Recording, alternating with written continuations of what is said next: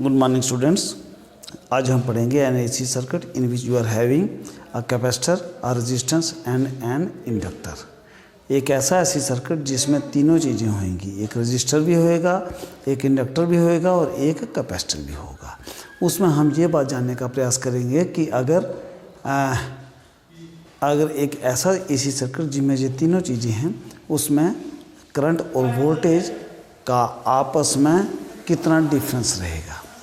सो उसके लिए let us first of all suppose that I am having an AC circuit. एक ऐसा AC circuit है जिसमें हमने ये तीनों कंपोनेंट लगा रखे हैं।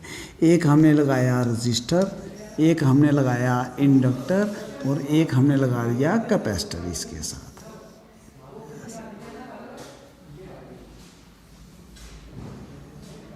ऐसे ये जो है, ये जो रजिस्टर्स R, इंडक्टर L और कैपेसिटर C, ये हम तीनों लगा दिए हैं।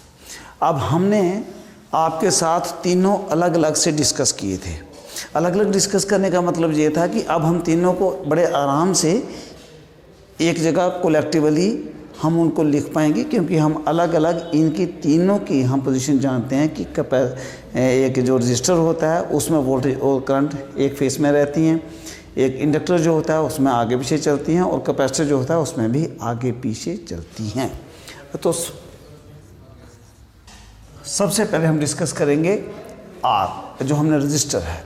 अब रजिस्टर में हम जानते हैं कि अगर इसकी करंट इधर होगी I0, जो पीक करंट है, तो इसकी वोल्टेज जो होगी वो भी इसी तरफ होनी है, तो इसकी वोल्टेज हम VR लिख देते हैं। अब हम करंट से चल रही हैं। जब हमने अलग अलग किए थे तो तब हमने स्टार्ट वोल्टेज से किया था। अब हम करंट को एक मानेंगे और उसके बाद देख लेंगे वोल्टेज आगे पीछे कितनी कितनी हो जाती है। तो सबसे पहले जो एक रजिस्टर है उसमें करंट और वोल्टेज दोनों एक ही साथ एक ही लाइन में चलती हैं, एक ही फेस में है। अब इसको हम मान लेते हैं यहाँ से ये VR है, इसके अक्रॉस ये हो गया VL हो गया जो इंडक्टर है, और इधर क्या हो गया VC हो जाएगा। ठीक है जी। ये इनके अक्रॉस हमने जो पोटेंशियल था उसकी वैल्यू हमने लिख दी, जो वोल्टेज लिख दी है तो वो उसकी वैल्यू हमने लिख दी तीनों की अलग अलग। अच्छा, तो जो हमारा रजिस्टर है उसमें VR किसके हो गया = I0 × R, क्योंकि R हो गया रेजिस्टेंस इसका, I0 हो गई करंट और V हो गया voltage according to Ohm's law. अब हम फेसर डायग्राम बनाते हैं। फेसर डायग्राम देखो ऐसे हम बनाएंगे। ये था इसका 0। सपोज कर लिया हमने कि I0 जो है वो इस तरह अक्रॉस है, ये जो x एक्सिस है इधर I0 जा रहा है। अब चूंकि एक रजिस्टर जो होता है उसमें करंट और वोल्टेज दोनों एक ही फेस में रहती हैं। अगर I0 इधर है तो जो VR होगा वो भी इधर ही होना है, इसका मतलब VR भी इधर ही होगा। अब यहाँ से यहाँ कहीं तक लगा रहे हैं, यहाँ तक लगा रहे हैं, OA नाम दे दो इस पॉइंट को। तो हमने सपोज कर लिया कि जो VR था वो क्या था, OA था। और मेन समझने वाली बात है कि ये दोनों एक ही डायरेक्शन में हैं, एक ही डायरेक्शन में दोनों जा रहे हैं। अब हम दूसरी बात करते हैं किसकी, इंडक्टर की। और इंडक्टर में हम लोग क्या जानते हैं कि क्या ये जो वोल्टेज जो होती है वो जो करंट से आगे पीछे चलती है। आगे पीछे चलती है तो क्या होगा, सपोज कर लो ये था हमारा इंडक्टर। तो इंडक्टर जो है, इंडक्टर में हमारी वोल्टेज से जो करंट जो होती है वो कल हमने किया था आपके साथ कि वो लैग करती है, मतलब पीछे चलती है। इसका मतलब अगर I0 इधर होगा तो वोल्टेज जो होगी VL वो इससे 90 डिग्री आगे चलेगी, क्योंकि कल हमने डिस्कस किया था कि जो इंडक्टर होता है उसमें वोल्टेज से करंट जो होती है वो 90 डिग्री पीछे रहती है। अब चूंकि हम यहाँ करंट को लेकर के चल रहे हैं तो इसका मतलब करंट से वोल्टेज जो 90 डिग्री आगे चलेगी।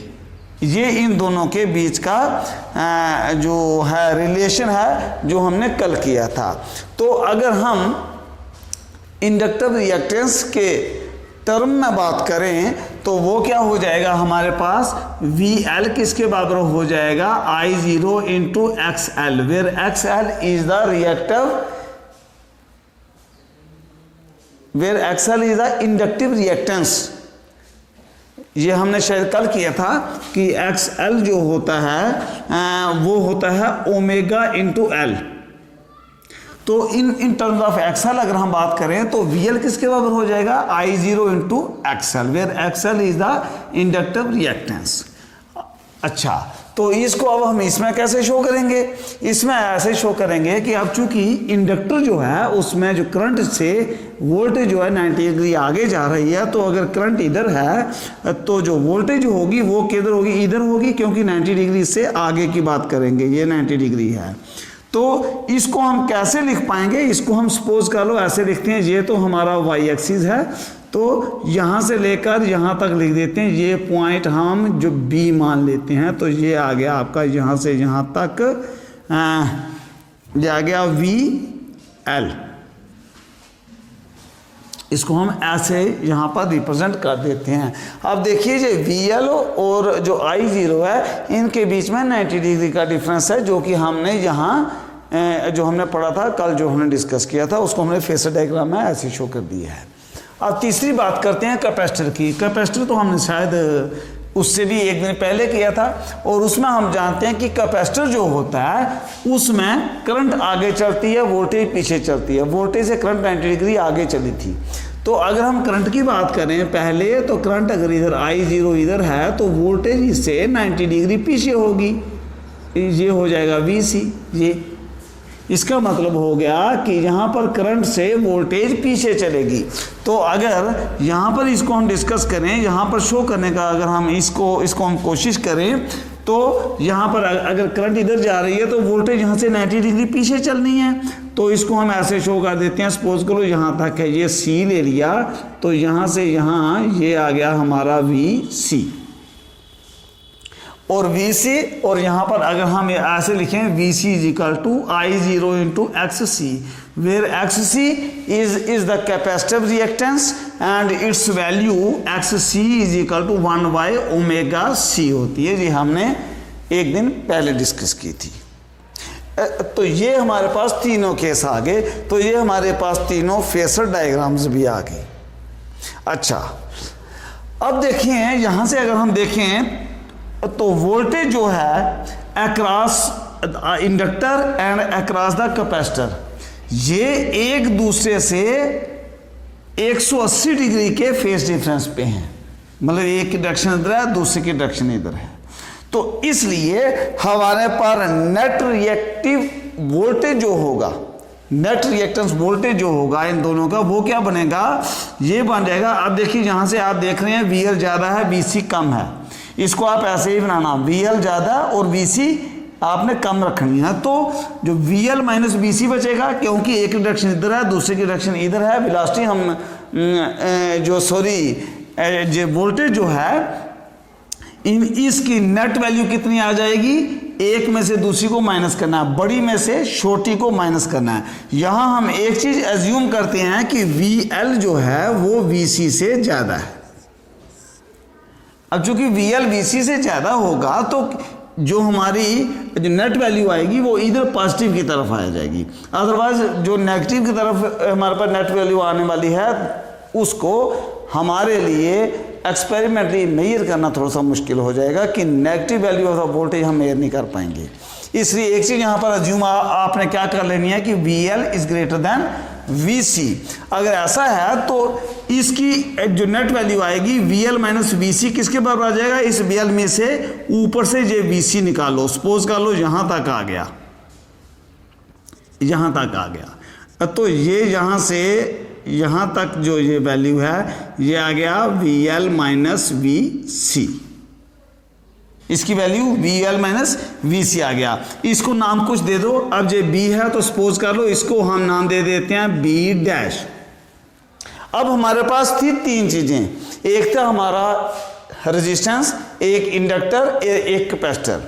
और जो हमारा रेजिस्टेंस है उसकी वैल्यू तो हमारी वी आर ये है, और जो हमारा इंडक्टर और जो कैपेसिटर है, इन दोनों की नेट वैल्यू, इन दोनों की हमने निकाली, वो आ गई यहाँ से यहाँ तक। अब इनका दोनों का रिजल्टेंट किधर आएगा? इन दोनों का रिजल्टेंट निकालने के लिए हम क्या करेंगे, इसके पैरेलल यहाँ बना लेंगे, इसके पैरेलल यहाँ से यहाँ बना लेंगे, तो इसका जो डायगोनल होगा that will be the resultant of VL minus VC and VR, इन दोनों का। और ये हमारी net value of the EMF आएगी, वोल्टेज आएगी। इसको हम सपोज कर लो E0 नाम दे देते हैं, E0 नाम दे देते हैं। और इस पॉइंट को नाम दे दें, क्या दे दें, OAB, इसको हम K दे देते हैं, सपोज कर लो नाम। ठीक है जी। अब OK की वैल्यू हम निकालते हैं। OK की वैल्यू किसके बराबर आ जाएगी? अब OK की वैल्यू निकालने के लिए आप यहां से देखिए कि ये एक राइट एंगल ट्रायंगल है, यहां से यहां तक VR है, यहां से यहां तक VL माइनस VC है। अगर ये यहां से यहां तक VL माइनस VC है तो ये भी बिल्कुल एक दूसरे के पैरेलल हैं और इक्वल हैं, तो ये VL माइनस VC हो जाएगा। तो OK की वैल्यू कितनी हो जाएगी? OK की वैल्यू निकालने के लिए हम निकालेंगे कि इन ट्रायंगल OK का square is equal to OA का स्क्वायर प्लस AK का स्क्वायर। तो ये किसके बराबर आ जाएगा? OK किसके बराबर आ जाएगा? ये अंडर रूट हो जाएगा इसके। अब OA का स्क्वायर, OA तो हमारे VR के बराबर है, तो इसलिए ये VR का स्क्वायर हो जाएगा, प्लस ये हो जाएगा VL माइनस VC और इसका स्क्वायर हो जाएगा जी।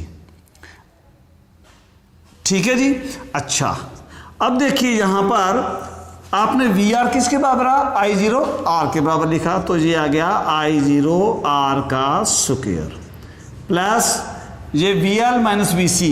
VL किसके बराबर है? VL हमारे पास था I0 XL, I0 square XL square लिख दूं मैं सीधा, और माइनस VC किसके बराबर था? I0 XC के बराबर था, तो ये आ जाएगा I0 स्क्वायर इंटू XC का स्क्वायर।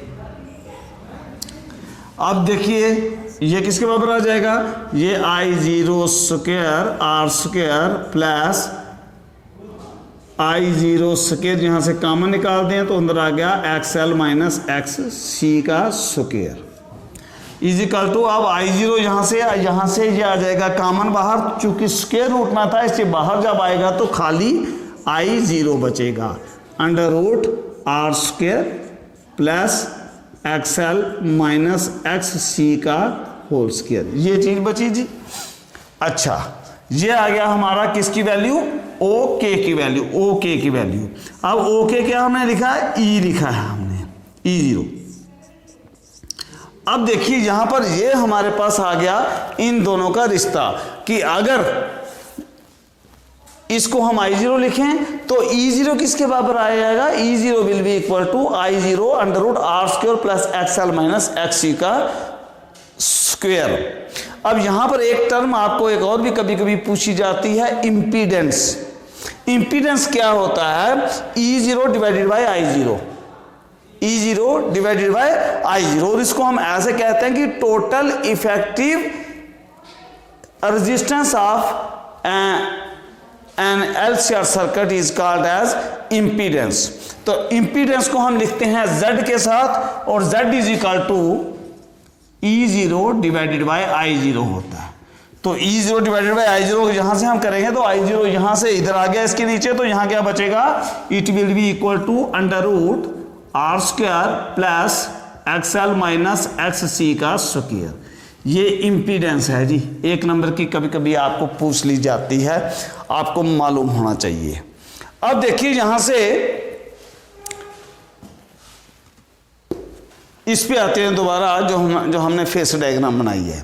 यहां अगर आप देखें तो जो करंट और वोल्टेज जो है एक LCR सर्किट में आगे पीछे कितनी चल रही है? इस एंगल का अंतर है, इस एंगल के जरिए E0 आगे चल रही है, और इस एंगल को नाम हम क्या दें? लेट अस कि इसका नाम हम फाई दे देते हैं। तो इसका मतलब हो गया कि अगर एल, सी और आर, एक इंडक्टर, एक कैपेसिटर और एक रजिस्टर एक एसी सर्किट में सीरीज में लगे हुए हैं, तो उस समय जो वोल्टेज होगी वो करंट से जो फेस एंगल फाई से आगे चलेगी, लीड करेगी, वोल्टेज आगे चलेगी और करंट पीछे रहनी है। तो ये हमारे पास आ जाएगा नेट वैल्यू ई और E0 और जो है I0 की। अब हम इस ये जो आपका एंगल थीटा है इसकी वैल्यू भी निकाल देते हैं। तो यही हम इसी जो ट्रायंगल की बात करते हैं OAK, इन ट्रायंगल OAK आप tan थीटा निकालिए तो यहां से हमारी वैल्यू फाई की आ जानी है। In triangle OAK tan phi is equal to, tan phi होता है परपेंडिकुलर बटे बेस।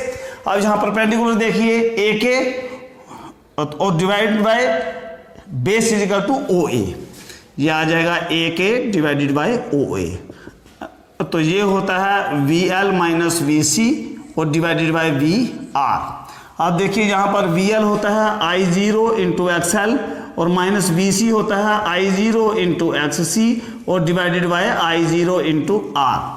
अब यहां से अगर आप शार्ट करना चाहें तो ये I0 यहां से बाहर निकलेगा, इसके साथ कैंसिल हो जाएगा, तो आंसर आपके पास बचेगा XL minus XC divided by R। ये आपको बचनी है आपके पास वैल्यू किसकी, फाई की, tan फाई की, सॉरी। तो यहां से फाई किसके बराबर हो जाएगा, tan inverse XL minus XC divided by R। ये आपके पास दो चीजें आ गई, tan phi is equal to this much and only phi is equal to this much। अब यहां से हमारे पास तीन केस निकल करके आती है। एक केस हमारे पास ये आता है कि अगर XL XC के बराबर होगा तो क्या होगा। 3 cases arises। Now case first, when XL is equal to XC, XL XC के बराबर, इसका मतलब क्या हो गया कि हमारा जो inductive reactance is equal to capacitive reactance एक दूसरे के बराबर है तो क्या होगा।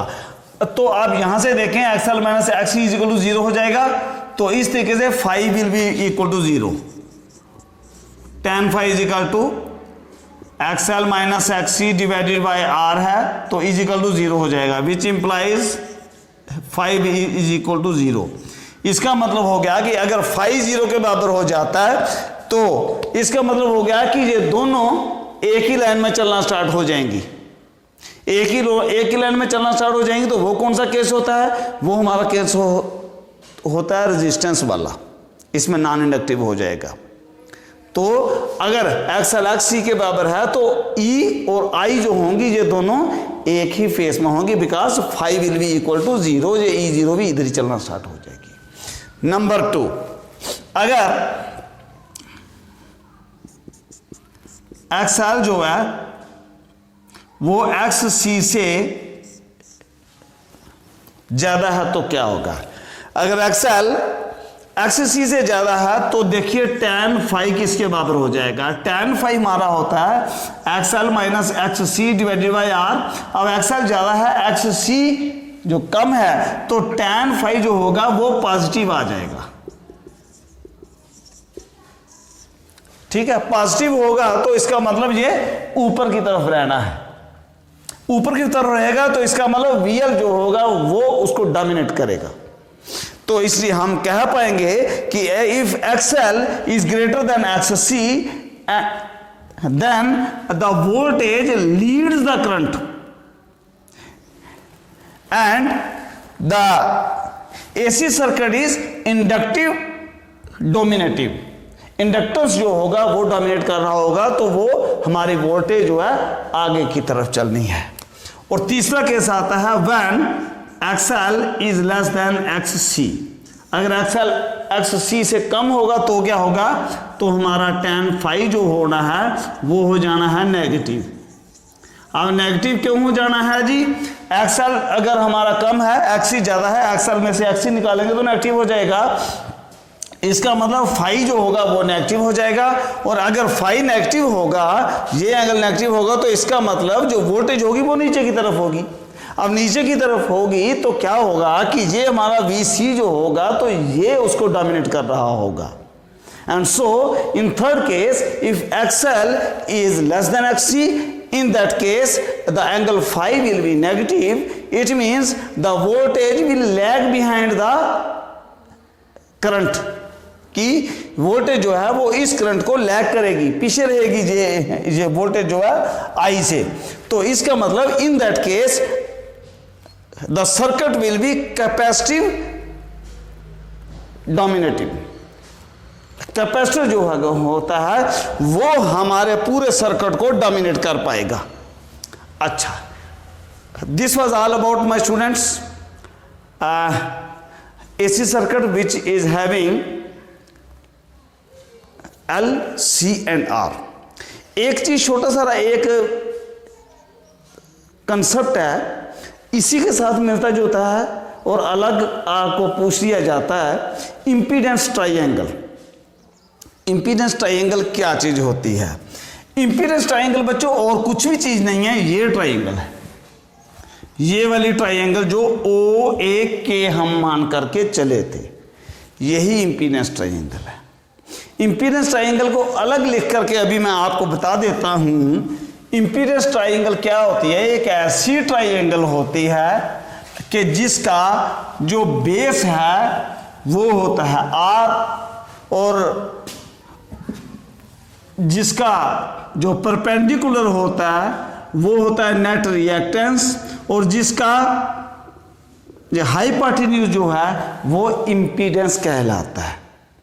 आपके दिमाग में एक क्वेश्चन आएगा कि सर आपने नेट रिएक्टेंस यहां बता दिया, तो यहां पर तो VL माइनस VC है, तो सो माय डियर स्टूडेंट्स क्या है, यहां हम VI जो हमने VR, VL और VC की वैल्यू लिखी थी, I0 into XC, I0 into XL, I0 into R। तो एक ऐसी ट्राइंगल अगर हम बनाते हैं,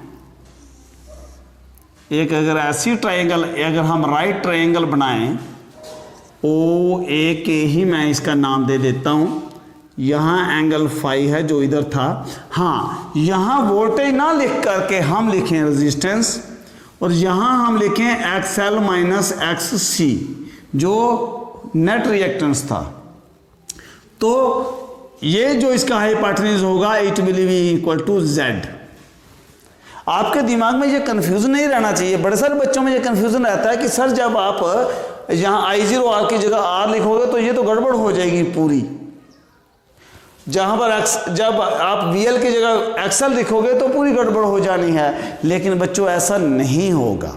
ऐसा क्यों नहीं होगा? कि इसलिए कि अभी जो हमने क्वेश्चन आपको हमने करवाया उसमें E0 is equal to I0 under root R square plus XL minus XC का स्क्वायर था। तो हमने इंपीडेंस की आपसे तब बात की थी, छोटा सा कंसेप्ट आपको हमने बात की थी इससे, कि इंपीडेंस होता है E0 डिवाइडेड बाय I0।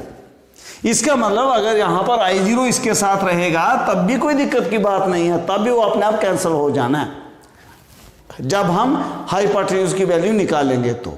लेकिन जब इंपीडेंस ट्राइंगल की बात करते हैं तो हम क्या करते हैं, इसीलिए इसको बिल्कुल सिंपल करने के लिए कि अगर ये इंपीडेंस है, आप चूंकि ये Z है, Z E0 बटे I0 होता है, तो I0 ये अपने आप कैंसिल हो चुके होंगे तब तक। इसलिए इंपीडेंस ट्राइंगल एक ऐसी ट्राइंगल होती है कि जिसका एक LCR सर्किट में एक ऐसी ट्राइंगल है कि जिसमें जो उसका बेस है वो है रेजिस्टेंस, और जो उसका परपेंडिकुलर है ये नेट रिएक्टेंस है, और जो उसका हाइपोटेन्यूज है that is the impedance. And impedance यहां से किसके बराबर आ जाएगा?